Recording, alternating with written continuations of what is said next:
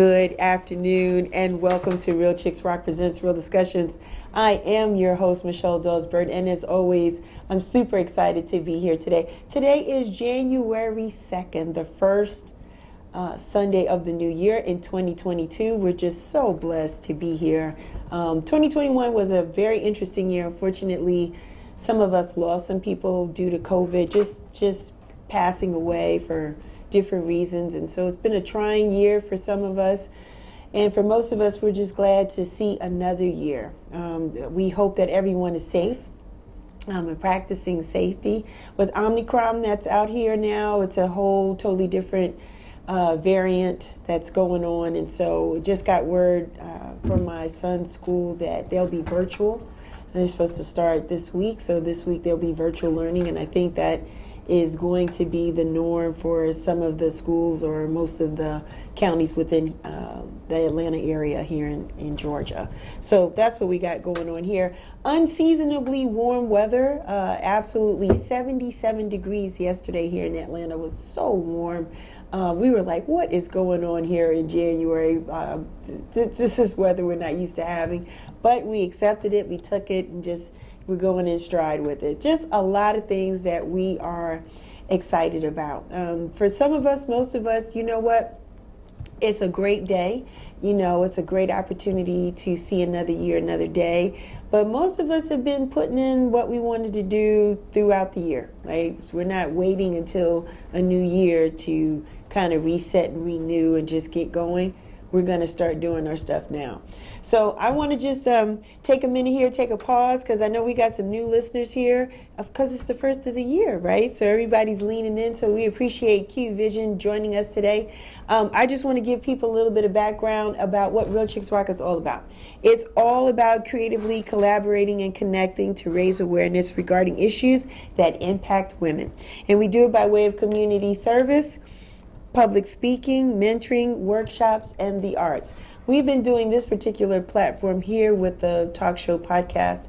This is our 6th season, and one of our recaps today, as we talk about Year in Review Part 2, we'll talk a little bit more about the excitement I had when we celebrated our going into our 6th season.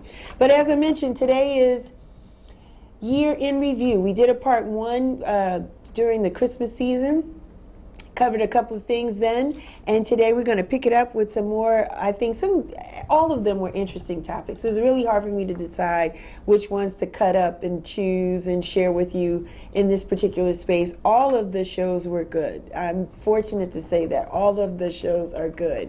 My guests are amazing, and so it was a really difficult decision to choose who I would want to share with you in this particular episode or show topic. But without further ado, we're going to get into it. My first one was with Kevin Davis Sr., and the topic was all about how to build financial wealth. And Kevin is a phenomenal guy in the space of stocks and wealth and just really helping people understand how to move in the stock market, what things they need to do financially to get themselves prepared and ready.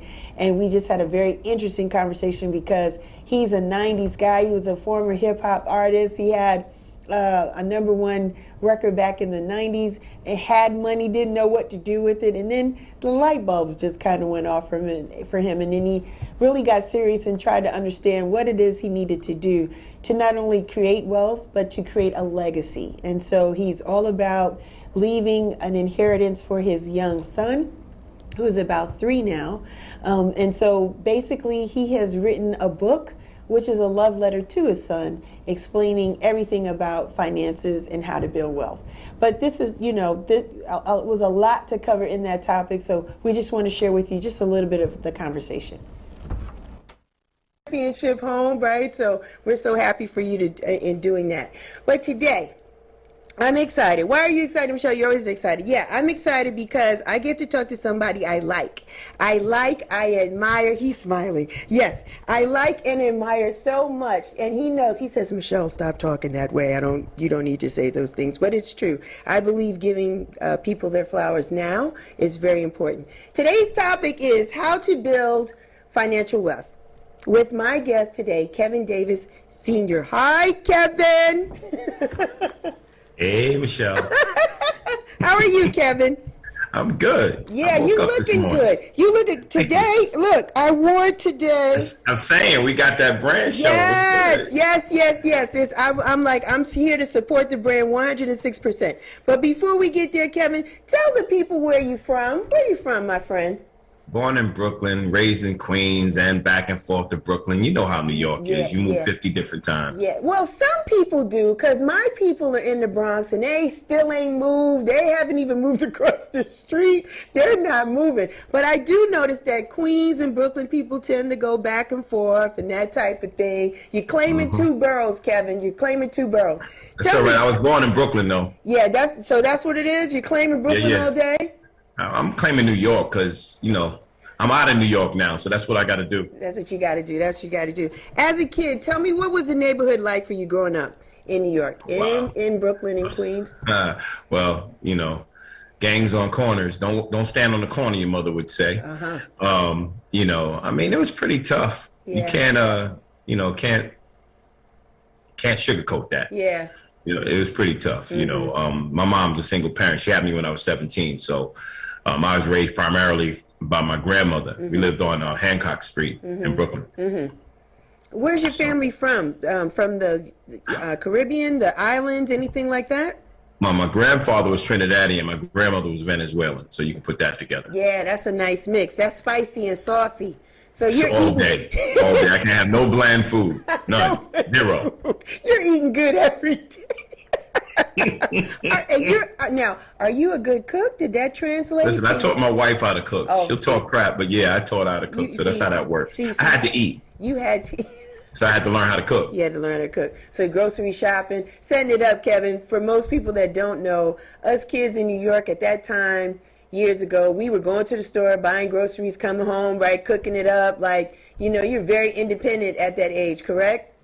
Correct. Absolutely. I was a latchkey kid. Yeah. So tell me a little bit about this music. How did we get involved with music? Or tell me a little bit of the music you were listening to as a kid, and then talk about how that translates into a career. Okay. So how did I get into music? Hip hop started. When I moved to Queens, I lived in Springfield Gardens, right? And I lived right next door to a park. Right, so they'd have park jams, and this is before rap started because they'd be playing breaks like Tina Marie, Square Biz, and Good Times and stuff like that. So it was about that whole part. Then you'd see the MCing coming out. So then they would have, my junior high school was 231, so they would plug up to the lamppost and put up what they call ass kickers, the speakers, and I'd go there every single week and rhyme every single week, and it was at a time where I was about to go to college, and this is just before I got kicked out the crib. So I was in my second year of college, and I got kicked out of the crib, and I was just like, okay, what am I going to do? My boy, Neil was like, yo, you should make a record. I laughed. I was like, come on, man, get out of here, feed it, right? So the funny part is I had nothing else to do. I'm ignorant. I don't know what the heck's going on. So I said, let me try. This is 86, 87.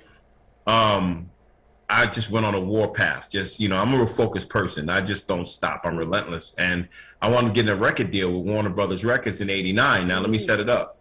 So I was straight hip hop, right? So, when I was in the park, Redman, Bismarck, Ed Lover was funny because he had this record called My Loafers, mimicking my Adidas. Hilarious. But anyway, Mikey D, everybody would come to the park and rap. So, that was my thing. So my cousin, took me to this club called The Garage in the city, right? And it had all these beautiful women in there. And I was like, wait a minute, I ain't never seen nothing like this. So I'm going every Friday. We trying to go, right?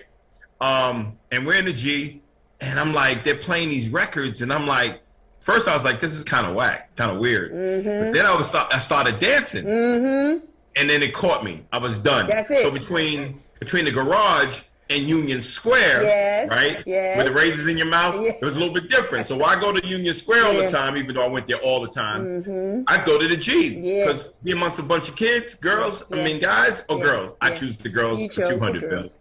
So that's exactly what I did. So one day I'm walking through the G, they're playing a record, and I start rapping to it. And this later became Stomp, which was my hit single. Yes. Right? And so I started rapping, got the first part of it, was like, So fast forward a little bit, I'm selling cars in New Jersey at Mitsubishi, at Bob Shizuli Mitsubishi on Route 46. This is funny stuff. So now I got a demo tape of me rapping over Lynn Collins beat really fast, having a good time. And I gave it to what was my manager at the time, cousin. Yeah.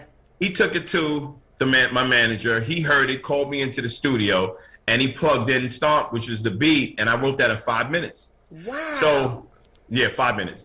And it was hilarious. I never wrote anything down, so it was just all spit it out. And so I remember saying to them, because it was on an 8-track, it was like, I was like, I hope they play that on the radio. Man, they played that record 30 times a day on all the stations. It was a huge record, really huge record. I was found at Warner Brothers in 1989, September 19th, the record came out and life changed. I didn't work for like 5 years. It went from 0 to 60 in 10 seconds. Yeah. Right? You know, so funny. I had an 87 Toyota Corolla. The door opened on the passenger side. Right? I am driving on, I don't know if it was Linden Boulevard or Guy Brewer. I don't know what, I just coming from, I forgot what block it was. So there's a school bus to my left. I'm in the 1987 Toyota Corolla. You can barely see me. The students are going crazy. They played my video that day and somebody recognized me. Wow. Talk about somebody's. And you selling cars and you didn't even get a new car for yourself. Like all this going on. Okay, so when you hood, you don't know what's good, right? Yeah. I didn't think about it. You know, and at that time, I wasn't connected to anything funny, money or materialism. Yeah. I was in the middle. Yeah. So to back it up a little bit, when everyone's wearing Kangos, rope chains, and shell-toe Adidas, you know, I couldn't afford rope chains, Kangos, and shell-toe Adidas. So I always had my own lane. You understand? Yeah. So I wasn't thinking about buying stuff. When the record came out, it was a huge hit. I'm making $90,000 a month plus. I didn't think of moving out of my studio apartment. I was still sleeping on a futon. Wow. You understand? Like I didn't know any better. Yeah. This is always so funny when you get educated. Yes. Like, I didn't know anything. I mean, to me, it was about women, partying, and hanging out with my boys. That was it. I mean, that was a huge record because Tony Humphries remixed. He did a remix, and he was big and still is. So man, for you to just spit it out, like man. Well, it was part of you, like you know, that was just different. Like back then, I'm at the other parts of it is learning the financials of these companies. So you know, to me, research is going to allow you to do real research. Not I read an article about the company and it sounds good. Get out of here. You know, and then the other things are after the fact, but I'll let you ask questions and I'll lead you down the path. No, give me the after the fact. Come on, give me some more. You're rolling. Nah, I'm just saying, like, it's not just about research either. It's, you know, your emotions will get you out of money before it gets you into money. Facts. Right? Facts. So you got to know you, and then you got to understand the long view. Here's what I mean. Most people these days, this is the microwave society, like it or love it, right? So most people, what they want to do is get rich quick. I want to get wealthy slow. Hear me. You want to get rich quick? I want to get wealthy slow. Why? Because rich goes away real quick and wealth slow stays around long though. And so when you think about it that way, say, okay, mountains, if I keep throwing bricks upon bricks upon bricks every day of my life, I'm going to have, for the rest of my life, I got 29,200 days. If I live to 80, that's a lot of bricks. That's a lot. It's a lot of bricks. Now I throw a little spicy percentage on that when I know what I'm doing. That's a lot of chips. But if you keep spending what you think is a lot to you, you don't even think big enough for your vision. You don't even have a vision. So you got to learn how to think outside of yourself. So if you think having $100,000 in your bank account is a lot of money, or having $1 million is a lot of money, you thinking too small. All the billionaires are telling you already. You are starting out with the junior kit. Spend $1 and you ain't a millionaire no more. So what you doing? And give some taxes away. Yeah. Them boys is coming after you. So you got to think, $1 million number, 20 years of $4,000. That's it. So retired 60, you out of your million by the time you 80. Don't live to 95 on Social Security. Yeah. And a person with $1 million that doesn't know how to work $1 million goes broke when they get their retirement. The person that knows how to build $1 million and make money, those are the people who have money for generations. Right? And I'm saying million as a starting point, not like, this is what you got to aspire to, because think about it. We all made millions in our life. If you look backwards at the money that we spent, we just gave it to somebody else. Is it? And so, Kevin, I know people are probably thinking like the stock market, to your point, it goes up, it goes down. Is that a place where we can really create wealth? There's only a couple of ways you can create wealth, right? Building a business, right? That's going to take a team, right? Real estate, yes, and stocks, right? Okay. And stock market outpaces the real estate market. Just do the math over the last 100 years. It's close. You ain't making enough land, but there's plenty of stocks. So I look at it from a standpoint of, it's like I gave the example on McDonald's. If your parents had the foresight and the wisdom to buy $2,000 worth of McDonald's in 1962 when it went public in December, they'd be worth over $17 million right now. Right. You split 12 times. Right. But they didn't keep buying it. It was just 2,000, hit or quit or leave you alone. Forget about it. Right. Now think about how many McDonald's there are now. Well, you think of McDonald's, you're wrong. You have to be thinking, what is the new economy doing? What's next for the next 20 years? When Amazon was trading at $50 a share in the 90s, no one knew what Amazon would be. Nobody. Right? Nobody. Yes. That's why I always tell people, let the math lead you on the path. Once you know what the math is, you know how to do the research, right? Then you could see the numbers, and those numbers jump out to you when you understand what it is. When you don't know what you're looking at, and you take in the person who doesn't or has just as much as you or not that much more than you, you take in their advice because you heard it in the barbershop. Here's the deal on Wall Street. By the time you hear about it, it's already too late. It's done. Yeah, it's past. Kevin, we talked about a lot of books. I know Peter Finch is someone that you recommend. Peter Lynch. Peter, do you have a favorite? My book. I'm just kidding. That's fine. That's I'm fine. messing with you. You have another one? No. Do I have a favorite? I like those three. Okay. I like Learn to Earn as the first one because that's the one that it's simple enough for people to digest. Right. And it's good because the whole thought, here's why. The whole thought behind Peter Lynch is buy what you know. Now, keep in mind, Peter Lynch didn't like technology, but he wrote the books back in the 70s, 80s. Right. So there was a different thought process back then.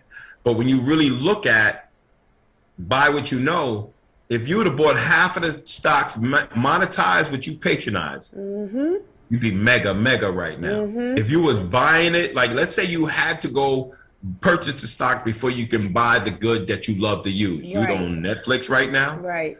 You don't Square right now. You don't own a lot of companies right now. But so his whole thought process is buy what you know.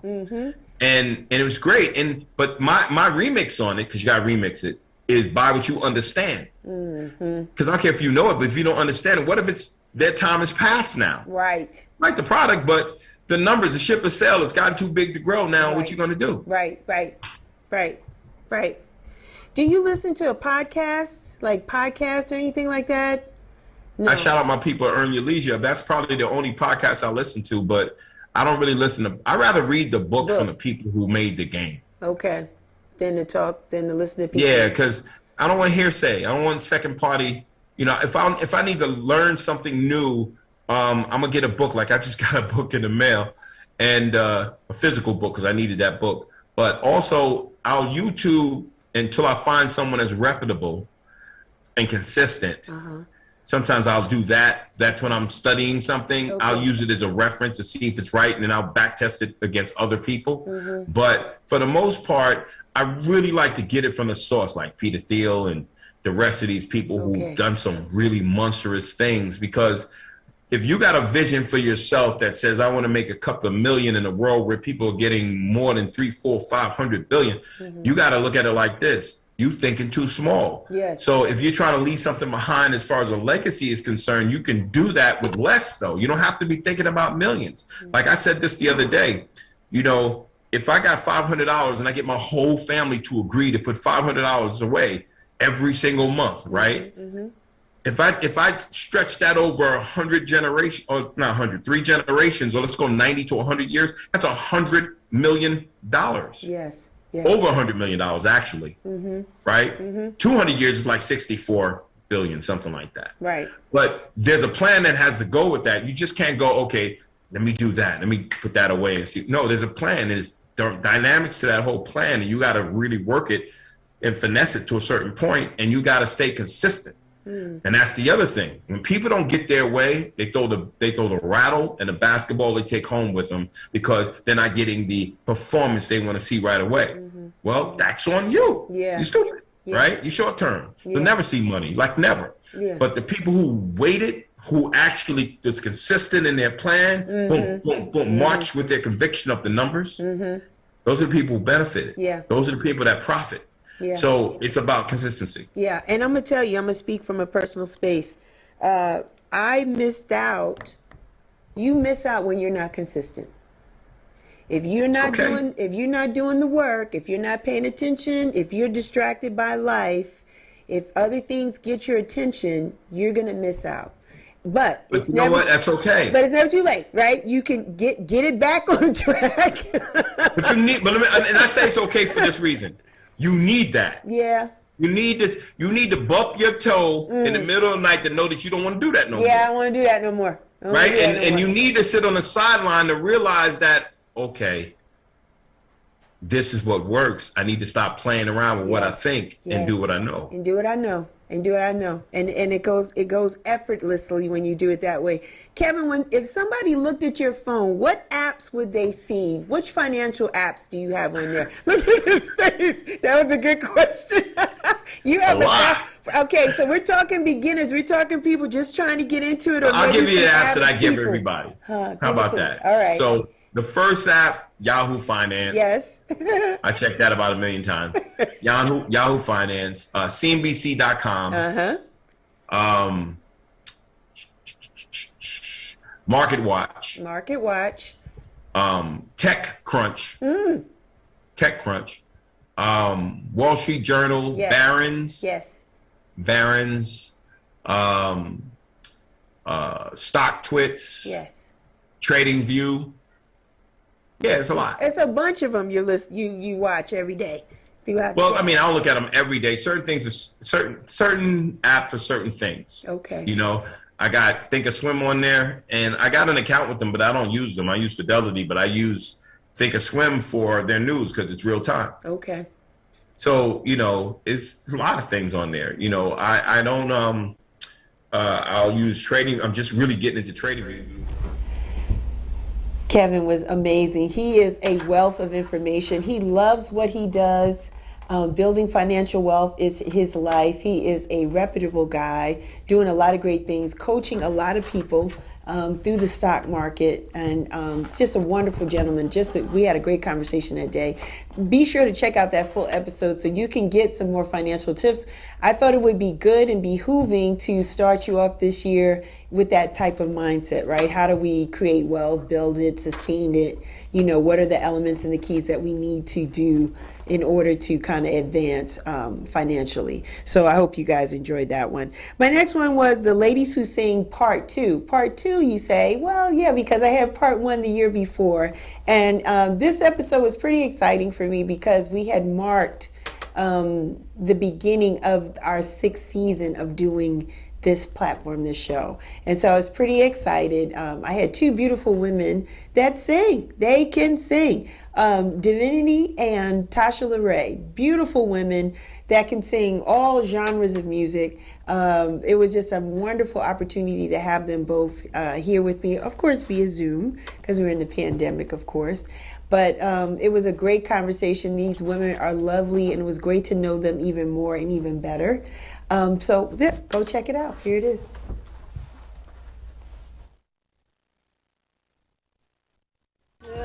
Good afternoon and welcome to Real Chicks Rock presents Real Discussions. I am your host, Michelle Dawes-Burt, and I'm super excited today because today I got 5 on it. I got 5 on it today, ladies and gentlemen. Today we are going to celebrate me sitting in this space for the last 5 years. Every first and third Sunday at 2 p.m. Eastern Standard Time, we have been bringing the conversations, the discussions, the chats, the talks with you. And I'm so thankful that you spend time with us every time we've been here. I've had the distinct privilege and honor to talk to so many incredible people, from therapists for mental health to financial management and wealth to marketing to PR people to women who are doing great things in corporate America to DJs to artists to songwriters to producers, Grammy nominated folks. I've talked to Grammy nominated people here on the platform. So today I'm super excited. I could not do this without you. So I thank you guys for taking the time, for leaning in, for listening, for sharing, for commenting, for just being a part of the journey. I'm thankful. I'm thankful to Status Network, who has been holding me down for the past 5 years. I could not do this without them. So thank you, Jack. Thank you, Ned. Thank you, everybody that's been the Status Network team that has been allowing me to put out a quality show time after time. I couldn't do it without those guys. So without further ado, I'm not going to bore you. Maybe I'll say some more thank yous towards the end. I got some anxious, beautiful, talented guests that want to get it in and start having some conversations with me. Today's topic: the ladies who sing, part 2. Yes, part 2. My part 1 was back in 2019 when I talked to Julie McKnight and Dawn Tallman. We had a blast. And the thing about it was, Julie surprised me because I thought she was going to call in from North Carolina. She was in Atlanta and came in and shared the space with me. And it was just a great afternoon of conversation. And so today is part 2. And I know I got a lot of new listeners because these women are dynamic and phenomenal, and they got followers and people that love them and support them. So let me tell the people a little bit about what Real Chicks Rock is all about. We're all about the empowerment of women, and we have been doing this through creatively collaborating and connecting to raise awareness about issues that impact women. We do it through community service, public speaking, mentoring, events, and the arts. And so, as I said at the beginning of the show, this is 5 years of doing it at this desk. Well, in this format for 5 years. And so we're excited, super excited. So today, I like to introduce my ladies because these ladies, they can sing, y'all. They like to sing. So I got Tasha LaRae and T. Diviniti Smith as my guests. Hello, ladies. Hello. Yes. Hi, ladies. How are y'all? All is well. All is well. Look at those big, beautiful smiles. You ladies are just as excited to talk to me as I am to talk to you, right? You know it. Yeah. Let's get it in. Let's start chopping this up. Let me start with you, Tasha. Where are you from? I born and raised Omaha, Nebraska. Is that right? They got black folks out there in Omaha. They do, and there's still some more people. When I moved away, I didn't bring them all with me. How was it growing up in Omaha for you? Tell me a little bit about that life for you. So it was, compared to Atlanta, it was much slower, which I actually appreciate now. But it was really cool. You know, I had a neighborhood of friends and, group of friends that we grew up basically together. So same people you went to high school, to elementary, you went to middle school, high school together. And I'm still friends with a lot of those folks even till today. Okay. But once I got to high school, my experience around folks became very, very diverse. Because more people were coming from like the Air Force Base, which wasn't so far away. So we were having a large mix of people from around the world who were in school. And, it took several years later, about a decade later, I realized that was something that helped prepare me for international travel and the lifestyle that I have now. So yeah, it was a really cool place to be. And then when I moved to Georgia, it was a whole nother story. Do you get a chance to go back home often, or how you know? I at first I didn't, but for the past couple of years, I've been going back to visit family because I still have like an aunt and my dad still lives there. So I go and check on them because they're getting older and more stubborn by the day, so they don't want to tell you nothing. So you just got to go put your eyes on them and make sure they're okay. But it's fun. I get a chance to go back every once in a while. Awesome. Diviniti, my love. Where are you from? Detroit, Michigan, born and raised. Loving the D. Yeah. Tell me what it was like for you as a child growing up in Detroit. My childhood was kind of quiet, I would say. Really? I lived in a neighborhood where all of the children around me went to the neighborhood schools and I did not. So I just always kind of stayed to myself. I did a lot of reading. I was also trained to play the violin when I was very young. So I would be inside practicing or working on schoolwork or talking with my parents or that kind of thing. So I didn't really interact with a lot of the children in my neighborhood, but I did have a lot of school friends. And that's uniquely strange because Detroit is considered a big city, right? Yes, when you think so, yeah. Absolutely. Yeah. And with the Motown private school. I went to private school. I went to school in the suburbs, so that put me in a different category as far as they were concerned. I got you. It is. But like Tasha mentioned, those experiences of being around so many culturally diverse people have really helped me in my later years. So I appreciate my private school education, my all girls Catholic school, high school education. Is that right? I didn't appreciate it then, but I appreciate it now. You know, Tasha, Diviniti, I too am a former violinist. I played the violin when I was a young girl too. So I played up until junior high school. And then when I went to high school, they didn't have an orchestra, so I had to give it up. But I did have an opportunity to play at Carnegie Hall, and that was like, with an orchestra. It was like no greater feeling in the world to do that. I'm telling you. So very emotional day that day because you felt the spirit of other musicians that had been in that space. So it was a phenomenal thing. So I want to ask you, Diviniti, what type of music did you listen to? Even though you went to all-girl Catholic school, yes, and we appreciate the diversity. What kind of music were you listening to then? Diverse.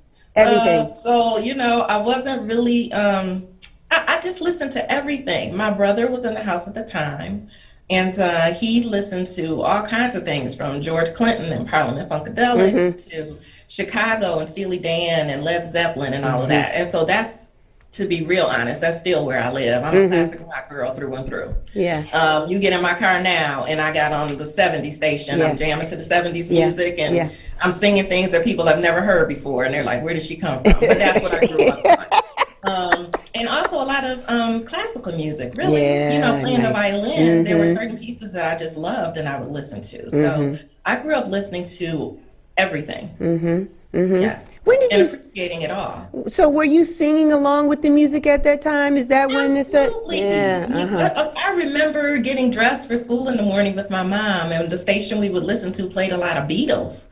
And so I would be singing right along with the Beatles. Yeah. I remember it clearly. Can you give me a little Michelle? That's exactly what I was thinking.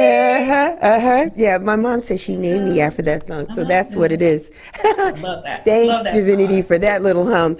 Tasha, tell me, what type of music were you listening to out there? In the West? In the West, so it was a combination of mostly gospel music. Because I grew up,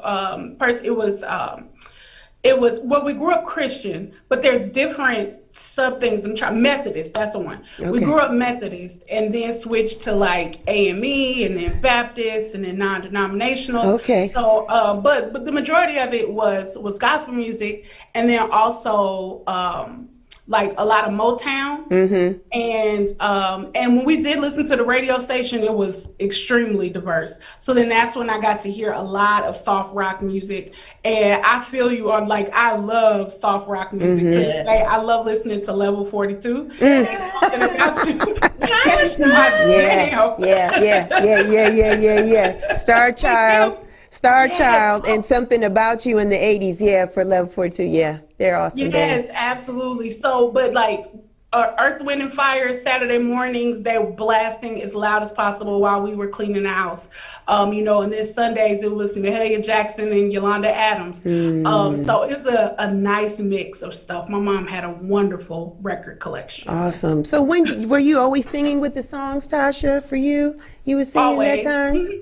Always. And it started with my mom when I was really, really young. Because my mom sings, so I picked it up from her first, and then the more we listened to the radio, I started singing along to Yolanda Adams and Mahalia Jackson. So I was like 3, 4 years old, walking around talking about "Soon will be done," and try to have a vibrato at 3 years old. It's kind of funny. Can you do that again?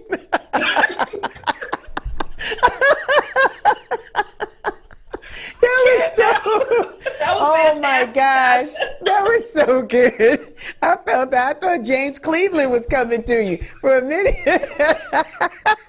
You so silly, Tasha. Oh my God. Did you always know you wanted to sing? I did. I've always been interested in it, and I remember hearing at my Sunday school, my teachers would say, they'd be like, she's going to be a singer. For some reason, I don't remember a whole bunch of stuff, but I remember that. And then the older I got, the more involved I wanted to be. It wasn't until I saw Lauryn Hill in Sister Act 2 that I was like, I actually want to do this as a career. Because that was the first time I saw somebody who looked like me. And they were singing, and they were on the other side of the television. So I was like, how do I get inside this TV box? And so that was my thing. Starting in high school, I had my own insecurities that I was dealing with. And so for a long time, I didn't want anybody to know I sang, because it seemed like that would be the only reason why they wanted to hang around me. But once I got older and came into my own and, got a lot more confidence, and then I just turned into, I want to sing, and these are the reasons why, so I'm going for it. Beautiful story. Beautiful story. Divinity, did you know you always wanted to sing? No.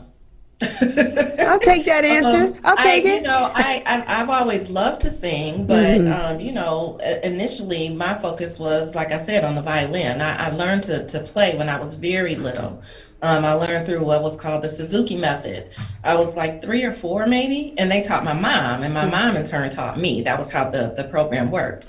So when I say I grew up playing the violin, I did, and I wasn't wild about it, but that was what my parents wanted me to do, and that was what I did. So I played through high school, and then when I felt like I was old enough to make a decision, I put that thing down. I always wanted to take voice lessons, but I never really thought that I would be a singer. So songwriting, yeah, because poetry has always been a go-to for me, but not necessarily a singer. So why did you pursue it then, if you didn't think that was something you wanted? I think it pursued me. You think? I think it pursued me. Yeah.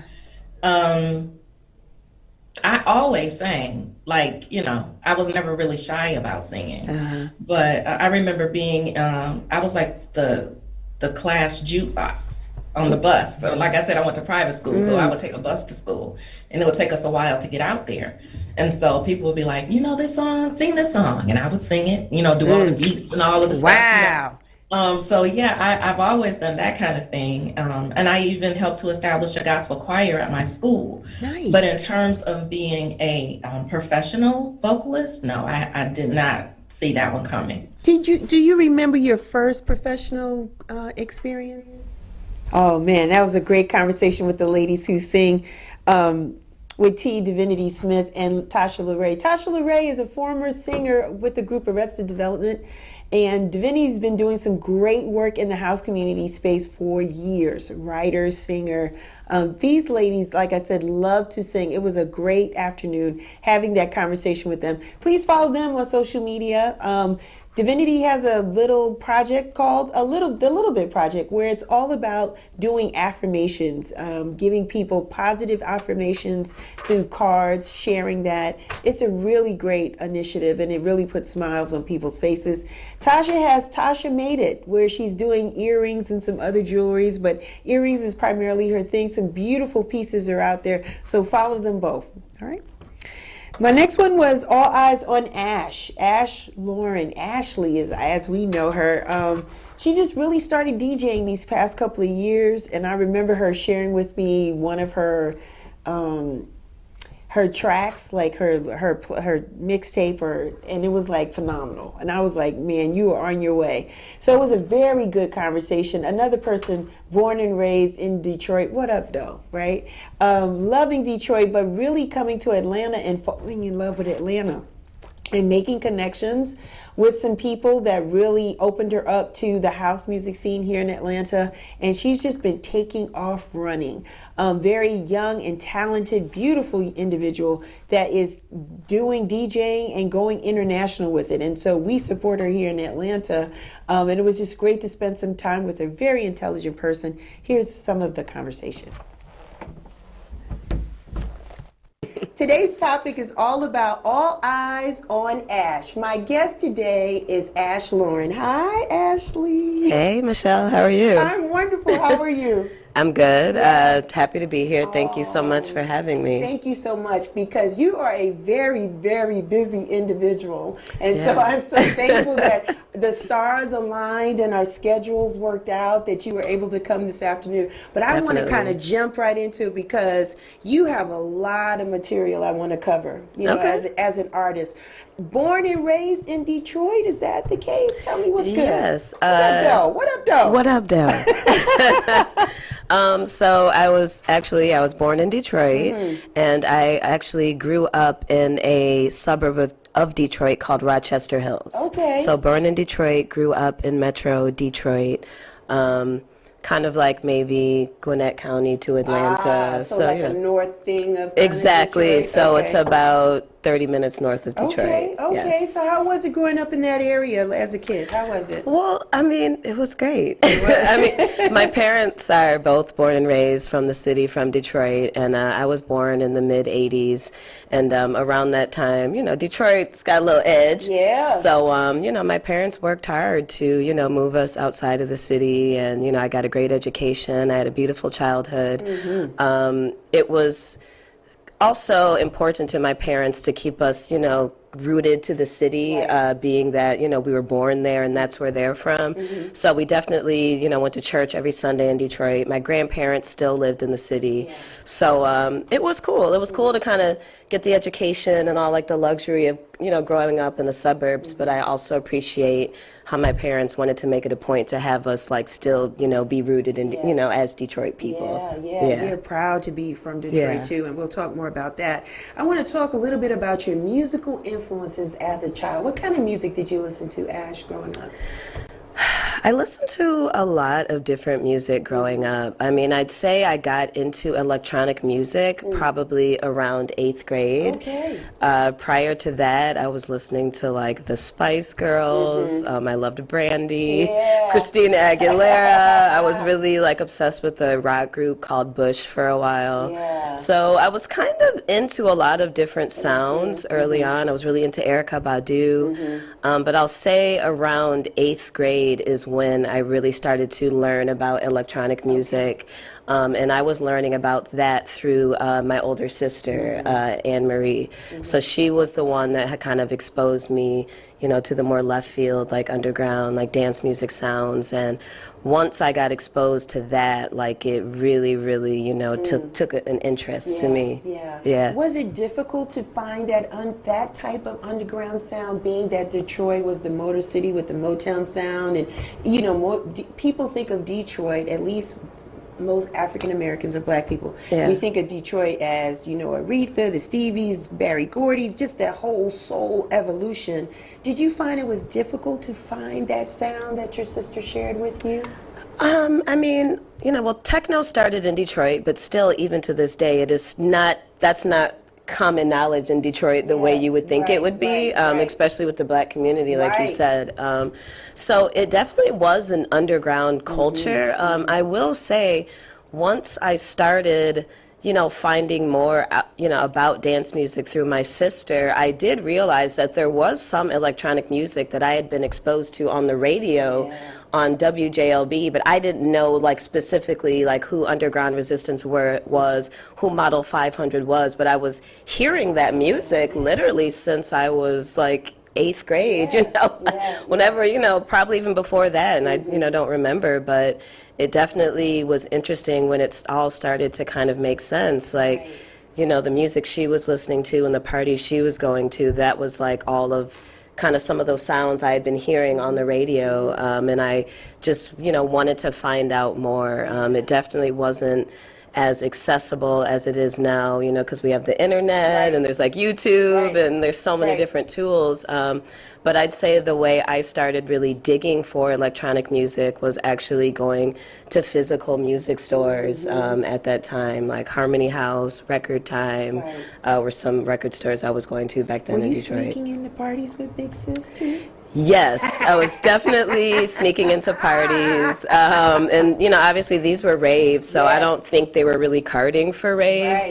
But I was, in 8th grade, so you knew I was a kid. But I used to go away to the city. My sister was going to Wayne State, which is in Midtown Detroit, and my mom would let me go visit Big Sis, visiting Big Sis in her dorm. And, because my sister was like 19, and she was still young herself. I was tagging along. She definitely took me to some raves. And then once I got a little older, once I was in my 18, 19, that's around the time where I started venturing off to some events on my own. Right. So because we love Detroit, I know you love it.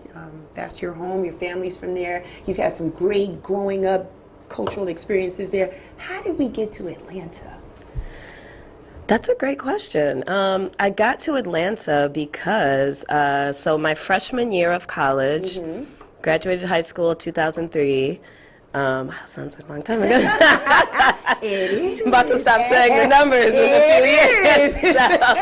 Graduated high school. Went away to college for a year at Morgan State University in Baltimore. So I went to a black college for a year, and which was a great experience. And I got to even kind of check out some of their Baltimore club music scene when I was there, which was cool. But basically, I went there for a year. It was really, really expensive with the out-of-state tuition and everything on my parents. So we had decided for my sophomore year, I was going to move back home and go to school at Wayne State in Detroit. Like Sis. Yes, like Sis. But when I was at Morgan, my freshman year, my roommate was from Atlanta. And me and her became really, really close. So did the freshman year. I went back to Detroit. She actually ended up going back to Atlanta, probably for I think it was the same reason, just out-of-state tuition was really expensive. So me and her kept in contact, and I was like, man, I want to come to Atlanta to visit you. So I think by the time I finally made it down there to visit her, down here to visit her, it was right around my 21st birthday. Or it was my 21st birthday. The turn-up began. Yep, so I turned 21. I think I went to Miami first, and then I went to Atlanta. Because at the time there was this airline called AirTran. AirTran, and they had a rate called X Fares. X Fares was if you were 18 to 22 years old, you could fly standby to anywhere that they went for 50 or 60 bucks. So I think I flew standby to Miami, did that, and then I was I think I'm going to go to Atlanta next. So got to Atlanta, and me and her hung out. Her mom was living in Snellville, so she was living out in Snellville with her mom. We were driving literally from Snellville, going all the way downtown Atlanta, hanging out, and I just was wow. I was just so hooked. I was all the nice cars had black people driving them, it was just a certain type of prestige, to the black culture here, and I really, really liked that. And this was still, 2007, 2008. So there wasn't really a lot going on in Detroit at that time. And, I was 21. So you was ready. I literally just saved up a little bit of money, and I moved down here the summer of 2007. Wow. Yeah. Wow. Did you start school, continue your education? No, I forgot to add that part. I dropped I ended up dropping out of school, so, which ended up, when I look back on it now, it was okay. Yeah. But yeah, so I dropped out of school, came to Atlanta, honestly, with no like super in-set plan. I was just like, I'm 21, like rent was so cheap. Yes, it you know, was. like I had a cousin that was going to Clark at the time. Yeah. So me, my cousin, and then my homegirl who I used to be roommates with, we all got an apartment off Collier Road. Yes. $900 a month. So it was $300. My rent was $300. So I was like, I'll be able to come up with $300. Yeah. So. And Collier's a good location too. Yeah. I mean, like it was still like a proper Atlanta address. It sure was. So so that's how I got here. That happened. That's what happened to all of us, Ashley. I mean, realistically, we live with our parents and we go away to college and we meet friends. Yeah. And we have this relationship with people, and for whatever reasons, their road leads to Atlanta. And that's the first thing we say. When I get it together, I'm coming to visit you. Exactly. That's what happened to me. I visited a friend of mine that I went to college with, and she was down here living with her brother. And I didn't want to come back. Yeah. I'm telling you, I had a good time. It was something about the air, the way people were moving. I was like, what is this Black Mecca? This is crazy. Exactly. This is ridiculous. Like, everybody's like saying hi. I was like, they're talking to me. Right? I was touching my back. The sun is out every day. The sun is out every day. I was like, what the hell is going on? I was like, I don't know if I want to go back to New York. Yeah. And I went back and I worked for like 6 months or so, and I met her brother, and he was like, I want you to come be with me. And I was like, okay. Ooh, so it really, You know what I'm saying? And I moved down, and I've been here ever since. That's beautiful. Atlanta's been good to a lot of us, and it creates a lot of opportunities, and you meet a lot of great people. So now that you're here and you're roommating, you're off Collier Road, what was the scene like for you guys? Like, were you all doing like dance music, electronica? What's happening? So this is another interesting part of my story. I love it. So I was into like electronic music in high school and through my sister, and then I'd mentioned I had found out a little bit about the Baltimore club music sound when I was in Baltimore. Moved to Atlanta, could not find the house music scene at all. Say that again. I could not find the scene. That's how underground it was, right? Yes, and I will also say, at that time I was kind of transitioning into kind of like because my homegirl wasn't like a house head. She was more on like the Black Hollywood scene. So we were going to like Velvet Room. I went to Visions, Club 112. So I got my experience of that Black Hollywood kind of like hip hop, Atlanta scene. R&B, whatever, So I honestly, I used to Google, but even then, like at that time, Google was around, but it wasn't like, there wasn't all these Facebook groups. Like it still wasn't extremely accessible, because I would try. I would be like, man, I just want to hear some house music. So I'd say for like the first 3 or 4 years, didn't have anything. About maybe the first 3 years. And then in 2010, I was out drinking with a friend of mine that's from DC, and he was like, I'm going to invite my homeboy from Detroit. I was like, okay, cool. So my friend from DC that I was kicking it with, he was like really into like all types of music and whatnot, and we all started talking about music, and somehow house music came up. And I was like telling my friend's friend, like, I've been in Atlanta like 3-4 years now, like I haven't found any house music events, like I just need something. And he was like, you haven't heard about House in the Park? He's like, you don't know about House in the Park? I'm like, no. So he told me about it. I went home, I like went, they had a proper website. I went to the website, and this was still months before. I don't remember what time of year it was. I'd say maybe it was like March or April. So it was still months away, but my sister was also living here by this time. So I was like, I found the house music in Atlanta. Like, it's called House in the Park. So we literally were like counting down, like Xing off the days off the calendar, like, like Labor Day weekend, like we're going to do this. So I remember like that day we got there. This is when it was still at Perkison Park. We got there maybe at like 11:30 or maybe like right at 12 when the gates opened. We walked in, and when I tell you, like, I mean, that one experience just opened. It changed everything. And I had already been to DEMF in Detroit. I had been to that, but I was still kind of young. So although I knew about dance music and I liked it, I still wasn't all the way engulfed in it the way I got from that 2010 experience. So, because I did the hip hop thing too, and I just realized like this really isn't for me, and I just wanted to get back in a space and in a community where I really felt like I could just be myself. And in 2010 at House in the Park, that's when everything kind of came back full circle. How beautiful for you. Yeah. How all eyes on Ash. Keep your eyes on her. She's a beautiful and talented young lady doing some great things in the house music space as a DJ, traveling the globe. Follow her on social media so you know where she's going to be. She may be in a city near you really soon. My last segment is House in the Park. Welcome home. I like this guy, Ramon Rosso. He's the founder of House in the Park, which is a big deal here. It's a house music festival that happens Labor Day weekend, actually the Sunday of Labor Day. And we commemorated in 2020, that was his 17 years of doing House in the Park. It's always a pleasure to have him come in the studio and talk to us, give us what we can expect the day of. Just really fun conversation, just interesting. And, you know, if nothing else, this festival typically brings everybody together. Whether you like house music or not, people take advantage or take the opportunity to come out and have a great family fun day in the park. And it's just awesome. So here's the clip.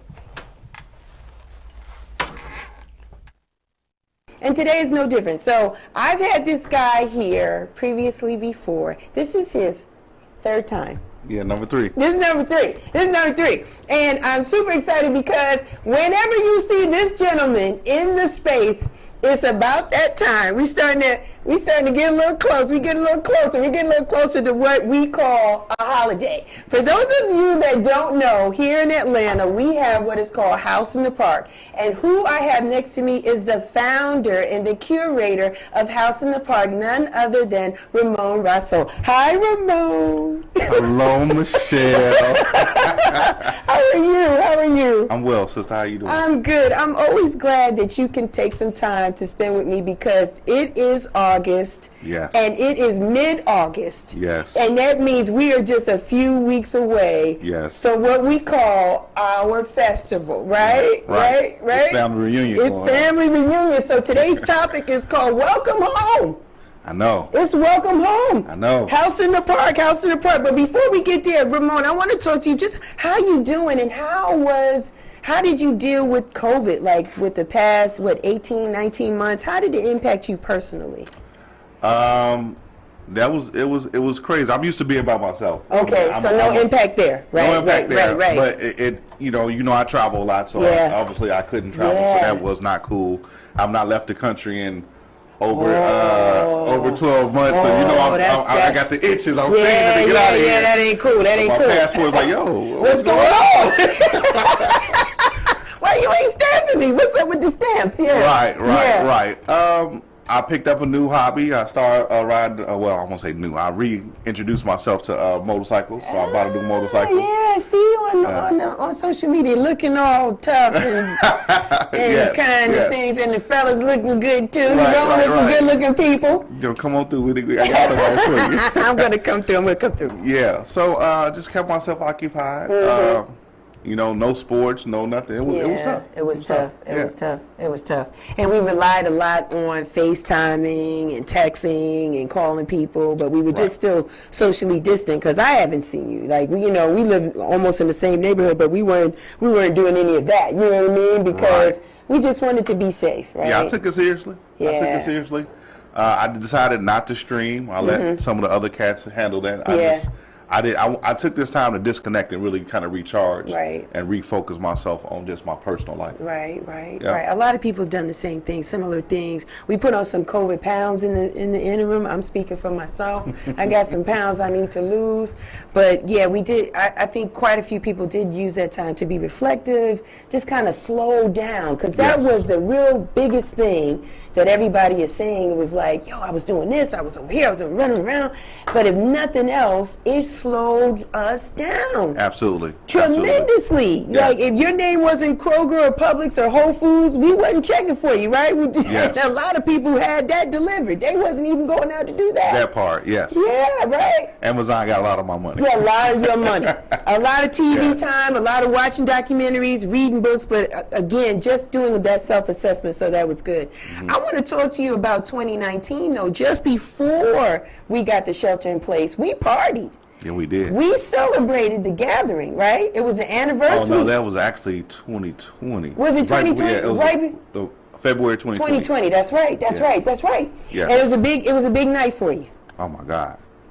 That was a good night. I mean, if we had to end it and put ourselves in hibernation in that way, that was the last. I mean, Charisma killed it. My turntable is still. It's still smoking? Still smoking.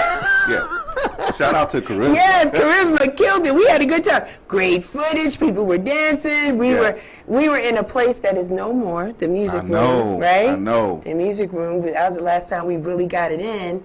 And everybody was saying, man, my goodness, that was the last part before we got shelter in place. Yeah, it was. It was the last way to go down. It was the last banger, right? I thought about it, I was like, Ramon, man, he sealed the deal because that was the last banger. Let me put another little list on my list of accomplishments. Please, bro, that was a nice one. And and again, being in the legendary space on Edgewood, the whole thing. And so now the music room is gone. Unfortunately, Sound Table is gone. Yes. So there's some venues that we here in Atlanta have been rocking with for years. And now, unfortunately, due to COVID, they're no longer available to us. They're gone. They're sold. They're shut down. They're under new management. They're doing different things. And so, as house heads, we're just trying to find our way. Like, where can we go and we party and that type of thing. That's the thing. That was a big impact on not just me, but the entire scene because I knew these guys. Like, Kieran and I are cool. Like, that's my homie. Right. Carl made a decision to get out of the Sound Table in just the nick of time. So I'm glad he did. But as a community, we lost some good venues. Yes. There's some couple other venues that shut down, a couple other places that changed ownership. Yes. And so now, as we reopen, well, whenever we reopen, we will all be searching for a new place to, have our events. Yeah. And that's the tough part because, I just played with Stan last week and we're having to rethink how we do parties. We're having to go back to maybe even the renegade days of renting out spaces or doing stuff, in places that we ain't supposed to do it in. He said the renegade days. Yes. We may have to because people want to get out and we want to release and we just don't know where we can go to get that. Right. But I want to talk to you about that, talking about renting spaces and being different and creative and that type of thing. Last year for House in the Park, just set us up a little bit, Ramon. How did we celebrate House in the Park last year? The peer pressure. Listen, I told you I disconnected, so I was cool with all right, I'm going to sit at home. But the team, the fellas, Kim, Kai, Salah, some of my staff, they was like, we got to do it. And I was like, I don't want to do it. Okay. And they was like, no, we got to do it. I was like, but I don't want to do it. And they kind of pushed me into it. And so we put that together literally in maybe 3 weeks. Wow. Yeah. I mean, I got a powerful team. Yeah. And so the first question was where? Salah jumped on it immediately. Salah knows every little nook and cranny of Atlanta. It's amazing. God bless you. So you're from here, so Yeah, go on, Salah. And then Kemet immediately jumped on the streaming portion of it. We had a fellow DJ who has a streaming company who did a fine job. Yes. Shout out to Kemet. Yeah, shout out to Kemet. It was logistically, it was and then we had the hardest part about that was, as you said, it was intimate. You were there. Yeah. We only could invite so many people. That's right. Sorry. How do you tell what used to be 25,000 people that I only can invite 40 or 50? Word up.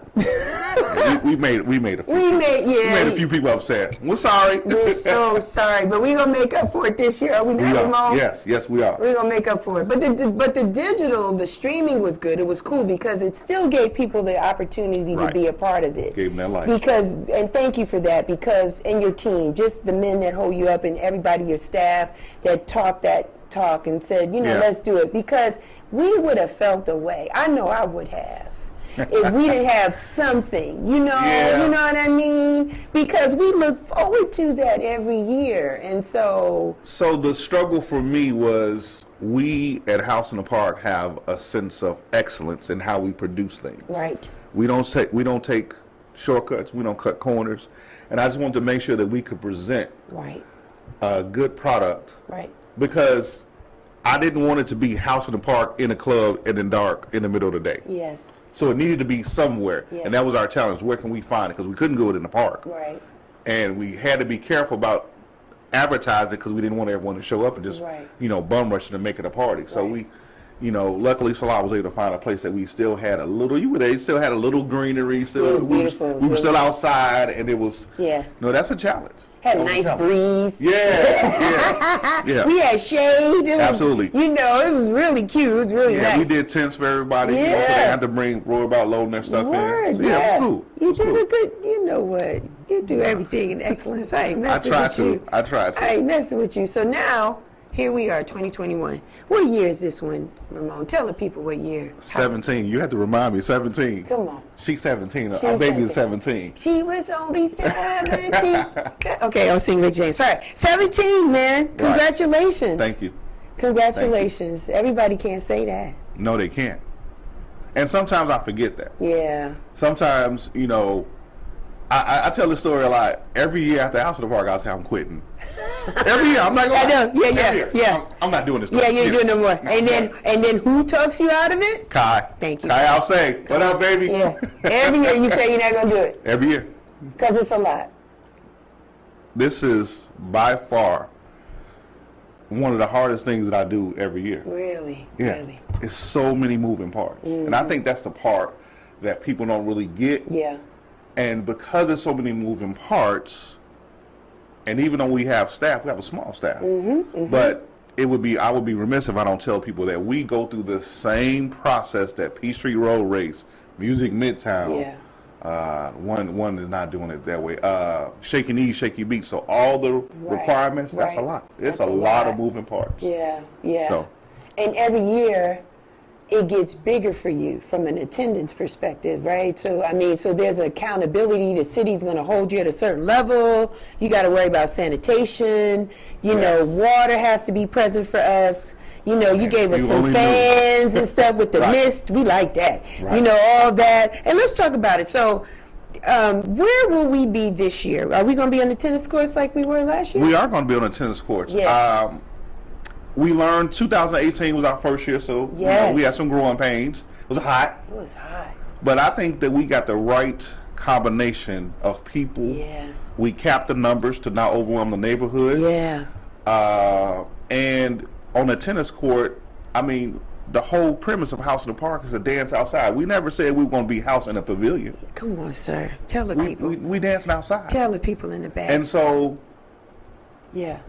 It's rain. We're going to dance if it's rain. We're going to dance if it's misty. If it's hot, we're going to dance. Yeah. That's what we're there for. That's what we're there for. And so we're going to try to make the people as comfortable as possible, but it's house in the park. Yeah, that's not true. A parking lot, not a pavilion, not a gym. Yeah, you're right. And real talk, realistically, ladies and gentlemen, when you typically go to a festival, it's outdoors. I don't know of an indoor festival there is. It's really outdoors now. There is accommodations where you can cool off on the side, which Ramon and his team thought about that with the fan and the mist, and then there's water. Yes. You can get that, and then the golf carts. You blew my mind last year with the golf carts to transport people that may be handicapped or physically challenged.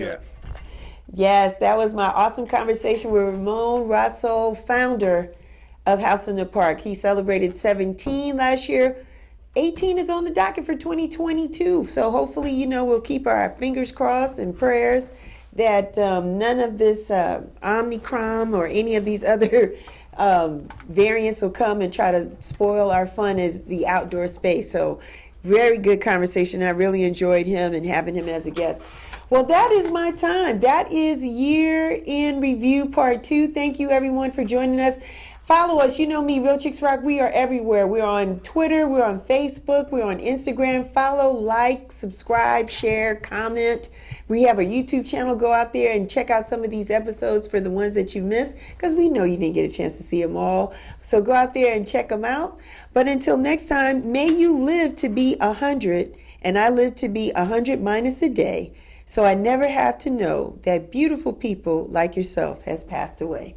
Until next time, take care, be well, and rock on.